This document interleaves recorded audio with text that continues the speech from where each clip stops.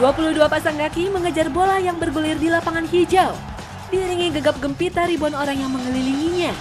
Diawasi jutaan mata di dunia lewat layar kaca dan dunia maya.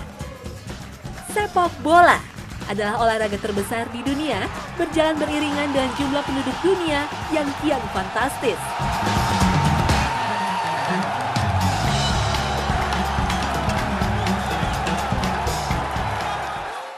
طلعت قصيرة تسديدة من مونتيليفو تنتظم تسدد جول جول. Assalamualaikum pemirsa Sanah Ensiklopedia Islam Dunia. Bila Anda penggemar sepak bola, pasti sedang seru-serunya nih. Habis menonton klub kesayangan Anda tadi pagi. Bagi jagoannya yang kalah, jangan bersedih hati. Bagi yang menang, tetap rendah hati tentunya. Nah, berbicara sepak bola, Hasanah memiliki sejumlah informasi menarik. Kita awali dengan sejarah perkembangannya. Menurut Bill Murray, pakar sejarah sepak bola, dalam bukunya The World Game, A History of Soccer, sepak bola sudah dimainkan sejak awal Masehi. Saat itu, orang-orang di era Mesir kuno sudah mengenal permainan membawa dan menendang bola yang dibuat dari buntalan kain linen. Sejarah Yunani purba juga mencatat ada sebuah permainan yang disebut episkuro, permainan menggunakan bola. Sepak bola juga disebut-sebut berasal dari daratan Cina. Dalam sebuah dokumen militer disebutkan, sejak 206 sebelum Masehi, pada masa pemerintahan dinasti Qin dan Han, orang-orang sudah memainkan permainan bola yang disebut suchu. Su mempunyai arti menerjang bola dengan kaki, sedangkan chu berarti bola dari kulit dan ada isinya. Mereka bermain bola yang terbuat dari kulit binatang dengan cara menendang dan menggiringnya ke sebuah jaring yang dibentangkan pada dua tiang. Jepang pun tidak mau ketinggalan. Sejak abad ke-8, konon masyarakatnya sudah mengenal permainan ini. Mereka menyebutnya sebagai kemari. Bolanya terbuat dari kulit kijang berisi udara. Dari permainan tradisional kuno, sepak bola mulai berkembang menjadi sepak bola modern yang kita kenal saat ini. Sepak bola modern mulai berkembang di Inggris dan menjadi sangat digemari. Sekitar tahun 217 Masehi, orang Inggris mulai memainkan sepak bola. Di beberapa kompetisi, permainan ini menimbulkan banyak kekerasan selama pertandingan. Sehingga Raja Edward III melarang olahraga ini pada tahun 1365. Raja James I dari Skotlandia juga mendukung larangan untuk memainkan sepak bola. Barulah pada tahun 1369, Raja Edward III membolehkan permainan ini. Adalah Richard Mulcaster yang mengadopsi permainan calcio dari Florence, mulai mengenalkannya di Inggris. Permainan ini pada awalnya dimainkan oleh 25 orang. Akan tetapi pada tahun 1572, Ratu Elizabeth I serius melarang sepak bola dan menyediakan penjara bagi rakyatnya yang memaksa bermain. Perkembangan sepak bola di Inggris berlanjut pada tahun 1680 ketika Raja Charles II memberikan perlindungan kepada sepak bola.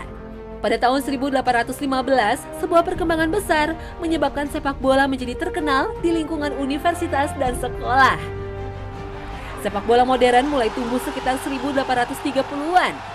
Olahraga ini dimainkan oleh para orang dewasa maupun anak-anak. Pada tahun 1869, membawa bola dengan tangan mulai dilarang dalam sepak bola. Selama tahun 1800-an, olahraga tersebut dibawa oleh pelaut, pedagang, dan tentara Inggris ke berbagai belahan dunia. Pada tahun 1904, Asosiasi Tertinggi Sepak Bola Dunia FIFA dibentuk dan pada awal tahun 1900-an, berbagai kompetisi dimainkan di berbagai negara.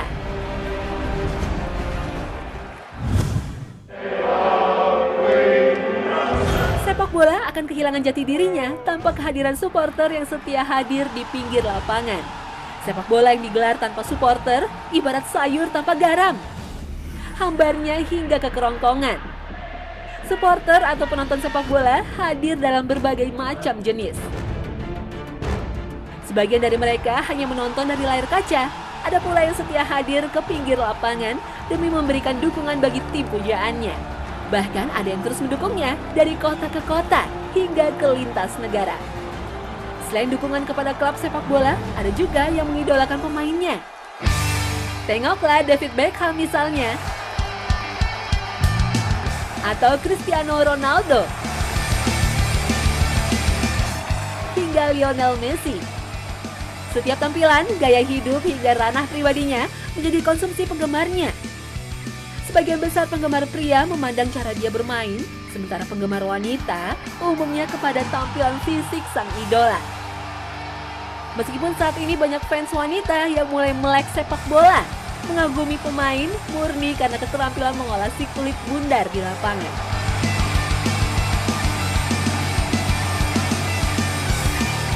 Mengidolakan pemain sah-sah saja, namun coba perhatikan anjuran dalam Islam berikut ini. Dalam hadis riwayat At-Tabrani dari Aisyah radhiyallahu anhu, Rasulullah shallallahu alaihi wasallam bersabda, "Tidaklah seseorang mencintai suatu kaum melainkan dia akan dikumpulkan bersama mereka pada hari kiamat nanti." Dalam riwayat Sahih Bukhari, Anas bin Malik mengatakan, "Kami tidaklah pernah merasa gembira sebagaimana rasa gembira kami ketika mendengar sabda Nabi Shallallahu Alaihi Wasallam, Anta ma'ah man ahbabta." Engkau akan bersama dengan orang yang engkau cintai. Kalau begitu, aku mencintai Nabi Shallallahu Alaihi Wasallam, Abu Bakar dan Umar. Aku berharap bisa bersama dengan mereka karena kecintaanku pada mereka, walaupun aku tidak bisa beramal seperti amalan mereka. Jelaslah sudah, kecintaan kita dalam bentuk apapun jangan sampai mengalahkan kecintaan kepada Allah Subhanahu wa taala dan Rasulullah. Sebagai umat Islam sejati, rasa cinta yang berlebihan dalam wujud fanatisme sebaiknya dihindari, terutama kepada berbagai hal yang membawa kita semakin jauh dari agama Allah. Karena tidak sedikit akibat dari fanatisme yang berlebihan malah memberikan kerusakan di sekitarnya dan memberikan sisi gelap dari dunia sepak bola. Fenomena hooligan di sepak bola Inggris misalnya. Bagi penggila sepak bola, istilah hooligan sudah tidak asing lagi. Sebutan hooligan merujuk pada fans fanatik tim sepak bola di Inggris yang hampir di setiap pertandingan berbuat ulah rusuh, terlebih saat timnya mengalami kekalahan dalam pertandingan tandang maupun di kandang sendiri. Hooligan kerap berurusan dengan kepolisian karena tidak menunjukkan perilaku sportif yang berujung anarkis. Puncak aksi kekerasan terjadi pada 29 Mei 1985 ketika supporter Liverpool menyerang supporter Juventus dalam final Champions Cup di Stadion Heysel, Belgia. Peristiwa ini bermula dari pendukung masing-masing klub yang saling mengejek dan melecehkan. Kemudian para pendukung Juventus mulai melemparkan kembang api ke arah pendukung Liverpool. Huru-hara pun meledak. Akibat peristiwa itu, 39 orang tewas mengenaskan. Karena kejadian ini, tim sepak bola Inggris dilarang bermain di Eropa selama 5 tahun. Hooligan pada akhirnya menjadi stereotip supporter Inggris. Tetapi budaya fanatik supporter yang berujung dengan kekerasan saat ini telah menjadi sebuah fenomena global. Di Italia berkembang ultras, sebuah kumpulan supporter yang biasanya mewakili suatu ideologi, politik, fasisme, dan latar belakang yang lain. Biasanya para ultras ini berkumpul di tribun belakang gawang, dipimpin oleh seseorang yang disebut Capo Tifoso. Lengkap dengan atribut mereka seperti pakaian militer, parka, dan syal klub yang mereka cintai. Mereka juga membentangkan banner berukuran raksasa bertuliskan nama kelompoknya masing-masing. Dibandingkan hooligan, para ultras ini memiliki peran yang lebih pada perubahan suatu klub sepak bola di Italia. Ultras juga memiliki tradisi pertempuran antar grup. Dan sebagai bukti kemenangan, bendera dari grup ultras yang kalah akan diambil oleh sang pemenang. Dan seburuk apapun para tifosi ini mengalami kekejaman dari tifosi lainnya, tidak diperkenankan untuk melaporkannya kepada kepolisian. Ini menjadi sebuah kode etik di antara mereka. Memang, kekerasan menjadi hal yang buruk dalam sejarah ultras di Italia dan menambah kelam dari sisi gelap sepak bola. Di Indonesia, fanatisme supporter kepada klubnya lebih menggila. Primordialisme yang kerap melahirkan etnosentrisme seringkali hadir dalam bentuk fanatisme yang sempit dan menimbulkan pertikaian antar supporter. Stadion sepak bola seperti Gelora Bung Karno seringkali menjadi saksinya, manakala klub-klub besar di Indonesia dengan ribuan pendukung setia saling bertemu. Padahal perdamaian antar supporter seringkali dicetuskan untuk meredam friksi yang timbul. Sosiolog Imam Prasojo mengungkapkan yang menjadi perekat kelompok supporter adalah rasa kekitaan yang sangat emosional. Akibatnya, orang beranggapan bahwa di luar kelompok saya adalah kelompok musuh. Proses kristalisasi sebagai kelompok supporter masih terus terjadi dan bisa mengeras lagi.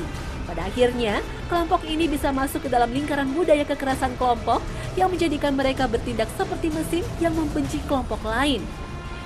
In-group feeling dalam bentuk ikatan supporter yang berlebihan memang pada akhirnya berkembang menjadi sebuah rasa memusuhi kelompok lain secara membabi buta tanpa nalar.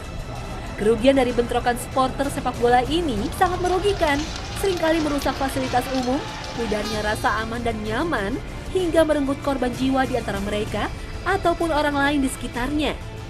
Dalam surat Al-Maidah ayat 2, Allah Subhanahu wa taala memerintahkan kita untuk tidak tolong-menolong dalam berbuat dosa dan pelanggaran. Jelaslah pula bahwa saling menyerang dengan alasan membela kepentingan golongan atau kelompok yang berujung kepada kekerasan harus dihentikan. Rasulullah telah mengingatkan kita tentang hal ini. Tidaklah termasuk golongan kami barang siapa yang menyeru kepada asobia, fanatisme kelompok. Dan tidaklah termasuk golongan kami barang siapa yang berperang atas dasar asobia, fanatisme kelompok. Dan tidaklah termasuk golongan kami barang siapa yang terbunuh atas nama asobia, fanatisme kelompok. Dan dari Abu Hurairah radhiyallahu anhu bahwa Rasulullah SAW telah bersabda, barang siapa berjuang di bawah bendera kefanatikan, bermusuhan karena kesukuan dan menyuruh kepada kesukuan, serta tolong-menolong atas dasar kesukuan, maka bila dia terbunuh dan mati, matinya seperti jahiliyah. Padahal kebanyakan dari mereka adalah muslim, dan Allah Subhanahu wa taala sudah mengingatkan untuk menjaga kebersamaan dalam surat Al-Hujurat ayat 10. Innamal mu'minuna ikhwatun fa aslihu baina akhawaykum wattaqullaha la'allakum turhamun. Sesungguhnya orang-orang mukmin adalah bersaudara. Karena itu damaikanlah antara kedua saudaramu dan bertakwalah kepada Allah supaya kamu mendapat rahmat. Dan sepak bola juga sebenarnya mengajarkan spirit kebersamaan. Dengan kerjasama yang apik antara pemainnya, niscaya menghasilkan gol yang mengantarkan pada sebuah kemenangan. Sudah sepantasnya nilai kebersamaan seperti ini yang melekat di hati sanubari para supporter sepak bola di seluruh dunia.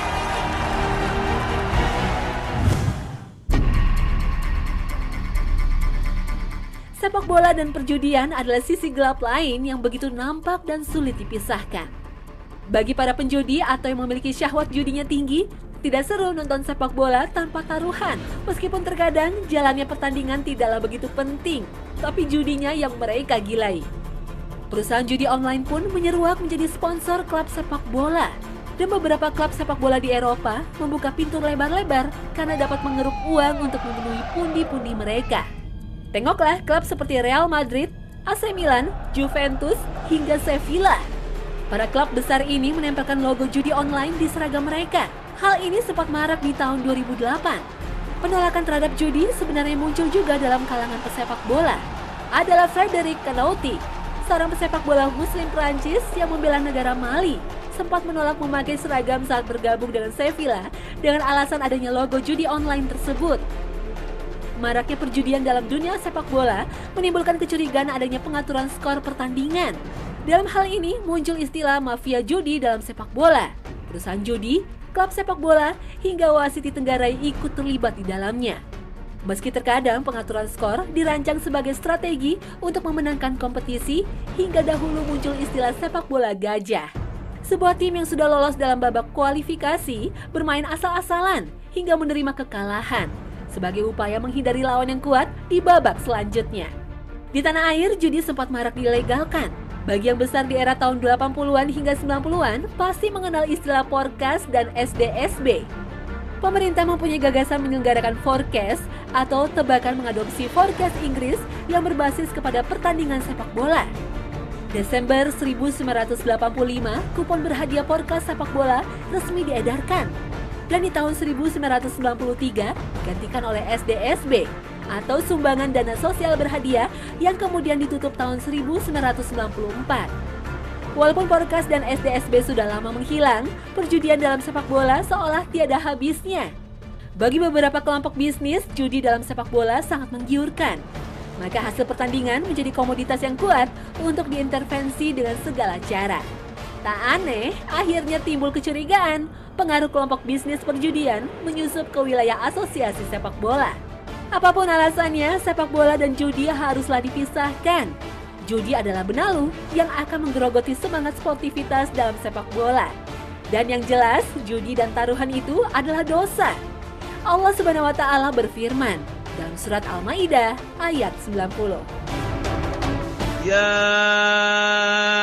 ayyuhalladzina amanu innamal khamru wal maisiru wal ansabu wal azlamu rijsum min amali الشيطان فاجتنبوه لعلكم تفلحون. Hai orang-orang yang beriman, sesungguhnya meminum khamr, berjudi, berkorban untuk berhala, mengundi nasib dengan panah adalah termasuk perbuatan syaitan. Maka jauhilah perbuatan-perbuatan itu agar kamu mendapat keberuntungan. Dan judi hanyalah akan menggiring pelakunya ke dalam permusuhan dan kebencian dan lupa kepada kewajiban yang sesungguhnya. Allah Subhanahu wa Ta'ala menegaskan ini dalam Al-Maidah ayat 91. Sesungguhnya syaitan itu bermaksud hendak menimbulkan permusuhan dan kebencian di antara kamu lantaran meminum khamar dan berjudi itu dan menghalangi kamu dari mengingat Allah dan sembahyang. Maka berhentilah kamu dari mengerjakan pekerjaan itu. Legenda sepak bola Michel Platini yang saat ini menjabat sebagai Presiden Uni Federasi Sepak Bola Eropa disingkat UEFA mengatakan keprihatinannya. Menurutnya, judi dan pengaturan skor benar-benar mengancam selain rasisme dan kekerasan. Jika tak diatasi, maka sepak bola akan menuju gerbang kematiannya. Kepala Keamanan FIFA Ralf Maschke mengungkapkan kini geng kriminal yang beroperasi dalam judi dan pengaturan skor semakin banyak. Bahkan dalam rencana terbarunya, mereka mencoba mempengaruhi 50 liga. Sebagian pelaku adalah pindahan dari kartel narkoba. Mereka memilih bermain sebagai pengatur skor sepak bola untuk kepentingan judi. Sebab hasilnya lebih besar dan resikonya jauh lebih kecil daripada menjual narkoba. Yang jelas, pengaturan pertandingan merupakan pelecehan terhadap kedaulatan publik untuk memperoleh akses mutu pertandingan dan hasil yang fair dan terbuka. Dalam lingkup yang lebih kecil, taruhan sepak bola juga menjadi sebuah tradisi. Bila di keluarga, teman dekat, sekolah maupun lingkungan kantor Anda mengajak taruhan, sebaiknya hindari. Bila terlanjur ikut, segera tinggalkan. Saatnya pula katakan tidak untuk perjudian. Sepak bola sebenarnya permainan yang memberikan pengajaran positif dan sejalan dengan Islam. Di dalamnya terdapat aturan fair play, di mana seorang pemain dituntut untuk bertindak jujur, adil, dan tidak merugikan lawan. Dan Rasulullah pun menganjurkan kita untuk bersikap jujur dalam sebuah hadis muttafaqun alaih. Dari Ibnu Mas'ud radhiyallahu anhu, ia berkata, Rasulullah SAW bersabda, "Berlakulah jujur, karena sesungguhnya kejujuran itu menuntun kepada kebaikan, dan kebaikan itu mengantarkan ke surga." Seseorang senantiasa bersikap jujur dan benar-benar suka berlaku jujur hingga ia akan dicatat di sisi Allah sebagai orang yang sangat jujur. Janganlah berlaku dusta, karena sesungguhnya dusta itu menuntun kepada kejahatan, dan kejahatan itu mengantarkan ke neraka. Seseorang senantiasa berdusta dan benar-benar suka berdusta hingga ia akan dicatat di sisi Allah sebagai orang yang pendusta. Meski pada kenyataannya banyak tindakan yang mencederai fair play itu sendiri demi meraih kemenangan. Lapangan hijau menjadi arena teatrikal dan mengubah seorang atlet menjadi aktor dadakan. Berpura-pura jatuh terkena tackle lawan hingga diving atau terjun bebas di kotak penalti berharap hadiah tendangan 12 pas menjadi suguhan yang mewarnai arena sepak bola. Di sini seorang munafik bisa menjadi pahlawan. Meski resikonya bila ketahuan, ganjaran kartu merah diusir keluar lapangan hingga cibiran supporter dan sorotan media. Adalah Diego Armando Maradona. 22 Juni 1986 di menit ke-51 mencetak sebuah gol yang sangat kontroversial. Dengan tangannya membawa Argentina menjuarai Piala Dunia mengalahkan seterunya Inggris. Gol tersebut dikenal sebagai gol tangan Tuhan. 19 tahun dari peristiwa itu barulah Maradona mengakuinya. Dan hingga saat ini, trik licik di seputar sepak bola seolah menjadi bumbu yang menarik saat laga mulai digulirkan. Penonton menjadi lebih permisif, Meskipun tindakan curang ini telah mencoreng fair play yang benderanya lebar-lebar diusung ke tengah lapangan saat pertandingan akan segera dimulai.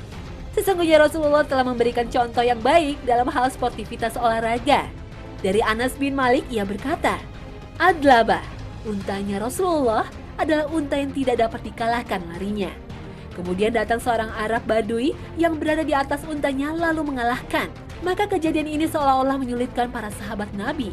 Akan tetapi Rasulullah memanfaatkan momentum ini untuk mengajarkan kepada mereka tentang sportivitas sebagai ruh dalam olahraga dan memberikan kepada mereka suatu pelajaran bahwa menduduki posisi tertinggi di dunia tidak akan abadi bagi siapapun juga. Kemudian beliau bersabda, "Sesungguhnya menjadi suatu yang hak bagi Allah bahwa tidak ada sesuatu yang diangkat oleh Allah dari urusan dunia kecuali akan dijatuhkan olehnya." Bila kita memandang dengan jernih, sebenarnya sepak bola boleh saja dilakukan. Dalam Islam pun tidak ada larangan untuk aktivitas olahraga yang dapat mencegah penyakit kardiovaskular ini. Yang penting dalam bermain bola, seorang muslim harus bisa menjaga auratnya, pusar hingga lutut. Bermain dan menonton bola tidak disertai taruhan dan tetap mengingat waktu sholat. Mengutip perkataan Umar bin Khattab radhiyallahu anhu, "Sesungguhnya di antara perkara terpenting bagi kalian adalah sholat. Barang siapa menjaga sholat, berarti dia telah menjaga agamanya. Barang siapa yang menyia-nyiakannya, maka untuk amalan lainnya akan lebih disia-siakan lagi. Tidak ada bagian dalam Islam bagi orang yang meninggalkan sholat." Jadi intinya, sepak bola untuk menjaga kebugaran sangat baik dilakukan. Namun jangan sampai terlena hingga melupakan kewajiban beribadah dan melunturkan rasa cinta kita kepada Allah Subhanahu wa Ta'ala.